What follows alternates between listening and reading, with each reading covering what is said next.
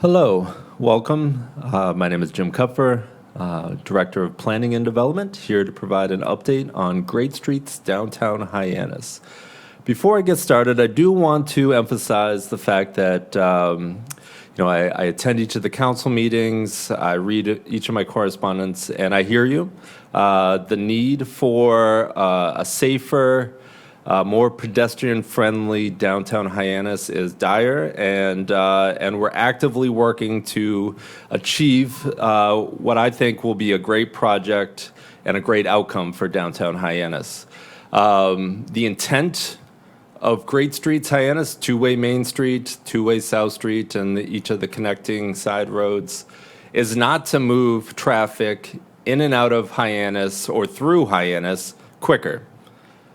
You know, the double-barrel one-way roads is what the outcome of a quicker throughway of downtown Hyannis is. A two-way Main Street and a two-way South Street begins to achieve a destination, a place where you can walk, live, work, and play in downtown Hyannis. So we started this project about 2 years ago, towards the end of 2022 into 2023, and activating listening sessions here in downtown Hyannis, at the high school, et cetera, to understand what would be the best next step forward for downtown Hyannis, to reduce speeds, to create a safer downtown, and ultimately the project goals as they are listed here today. Enhance the public realm through placemaking in support of economic development, emphasize and prioritize people walking, address congestion that could result in residential density increase, employ traffic calming to enhance safety, and encourage multimodal transportation. As a result of those intentional goals and discussions had with our community, the outcome is a two-way Main Street, two-way South Street network, as it's defined here in the slide that you see before you. Two-way Main Street works in tandem with two-way South Street. Obviously, North Street is already two ways, as well as many of our side streets and other adjoining network roadways. And then we add in a portion of Ocean Street that's not two-way, as well as Old Colony, reducing redundancy, improving pedestrian flow, improving multiple ways in which you can get around our community, both walking and in car more efficiently. As a result of two-way Main Street, two-way South Street, rather than prioritizing signals, the priority are stop signs. The reason for that is stop signs require slower speeds, require stopping, require that communication with the other cars and pedestrians in the area, as opposed to what you'll see at many of our signalized intersections, especially in our downtown network, where you see a light that is green and you achieve that at whatever speed you need to get through that green light, even if it's transitioning to yellow to red. The stop sign encourages stopping fully and recognizing your partners on the roadway network and the pedestrians around you. What I will emphasize here is that the project predominantly results in no curb movement, meaning the pavement width of the road that you see today is the pavement road that you'll see tomorrow, with some few exceptions, which I'll get into. So the roadway network will result in lines and signs, as was presented previously, restriping of our roadway and adding proper signage. There are two exceptions, that being our what we call our 6 points intersection, which is South Street, Ocean Street, Old Colony, as well as to the west end where South and Main Street come together. And I'll get into that further momentarily. So our western gateway, which is South Street, Main Street, as it is shown today, as you're coming from the west and entering into downtown Hyannis, you are unable to continue on to Main Street. Obviously, with a two-way conversion, this now allows you to enter into downtown Hyannis and enjoy Main Street. But it also will give you an opportunity to merge on to South Street and vice versa, South Street onto Main Street. This will create, when coming together, will create a new pocket park, a new green space, just in front of a very high traffic area that is of concern and has been brought to council previously in front of 525 South Street. This curb extension with added green space will slow traffic, make vehicles on South Street come to a complete stop, and then enter into the network that is Main Street. The other area where further curve movement is necessary is, again, our 6 Points intersection where Ocean, South Street, Old Colony meet. This is proposed to be a roundabout, as was provided in the final report of grade streets. The priority here with all the different points of access and its current operations, its future operations, and its pedestrian connectivity between Main Street and the harbor. The roundabout option was recommended as the most favorable option for this intersection. Initially, when the final report was completed, a temporary option was recommended for this location. However, beyond the report, we met again with stakeholders, including many of the neighbors that are just beyond this intersection, the fire department, police department, steamship authority, Highline, and many of them raised concern on a temporary solution, that being really just kind of a rubber-mounted interior with paint. And many of the reasons were that, larger vehicles come through here, larger vehicles potentially with hazardous materials come through here. And so, and it's also a key, access point, obviously, to the hospital. So we wanted to look at this more holistically, look at this for, again, achieving our goals of safety. And we determined that it was necessary to look for a more permanent option. So looking at the roundabout, we adjusted the design, and really this is why it's taken some time to get this project right. We want to make sure that we're doing this intersection correctly, and this intersection is paramount to achieving the entire project.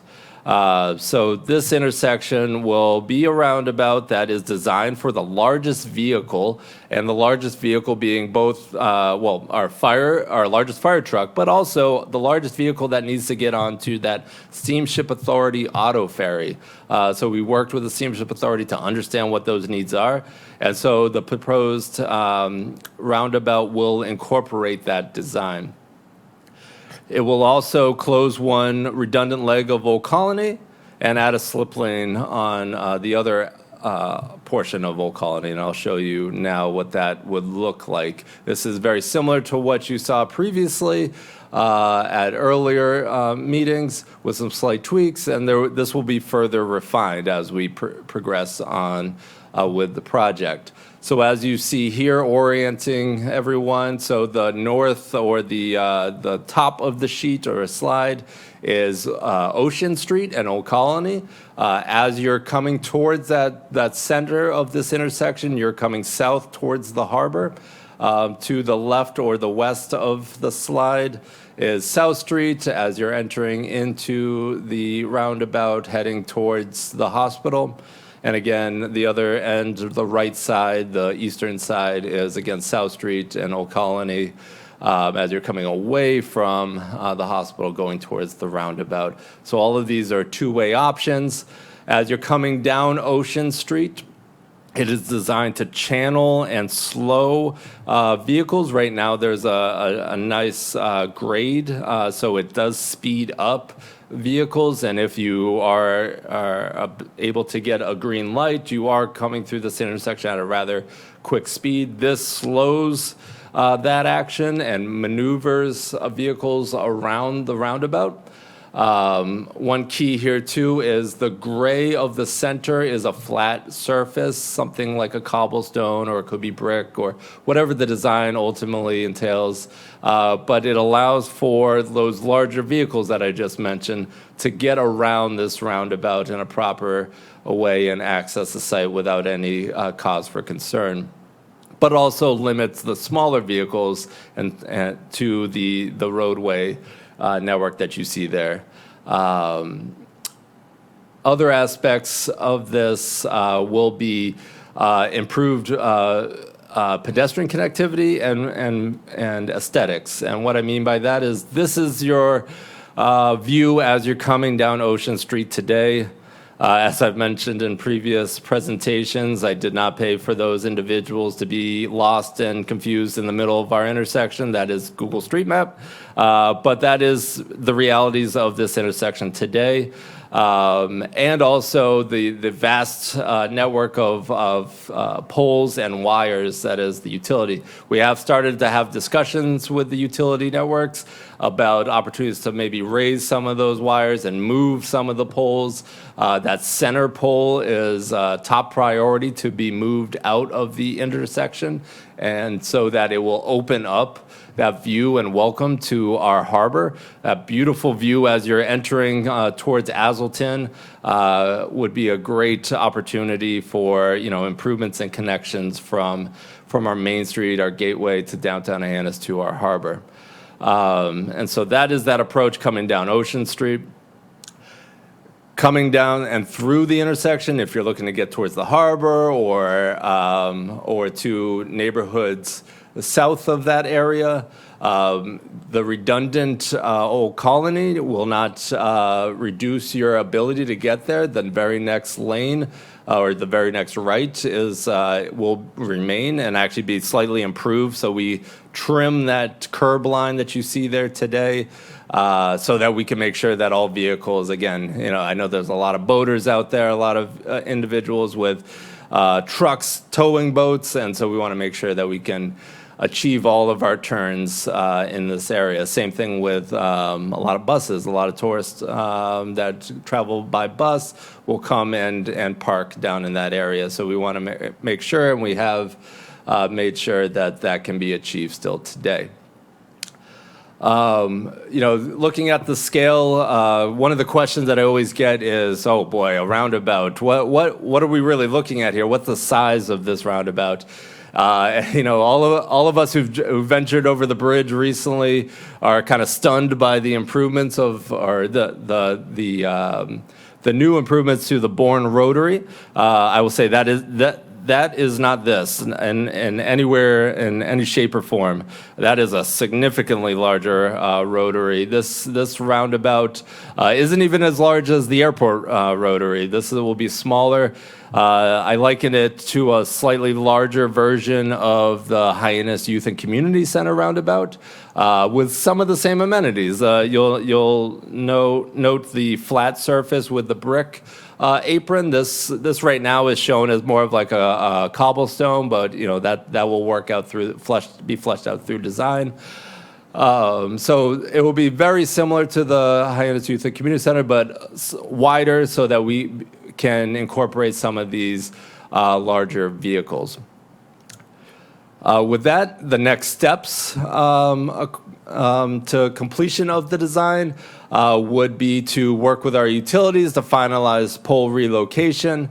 And then we hand it off to our DPW, who will bring this through our normal channels of our 75% design for capital improvements to look at our 6 points intersection specifically, and if there needs to be modifications, they will work through the public communications plan and outreach.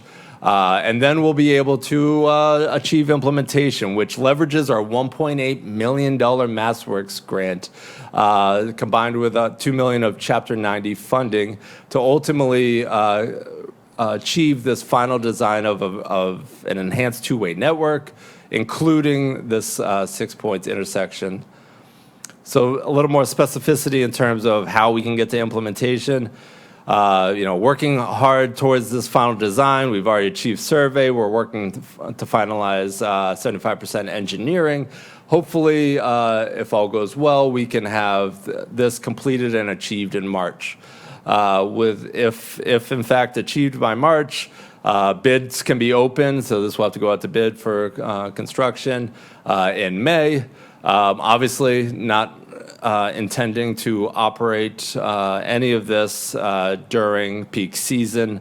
So construction will begin right after the peak season. September might be a little ambitious. Maybe it's October. But a lot of this is quick turnaround. So again, most of the two-way network is lines and signs. So really, it's that 6 points intersection that you're going to see the longest duration of construction. So 50% construction, hopefully by the end of next year, with the punch list done by the end of spring, so we can unveil it for the new peak season. Obviously, as we're building up momentum towards 100% construction, there will be active engagement and education as to the new network, signs out promoting the new network, communications promoting the new network so that we can get the word out as best as possible.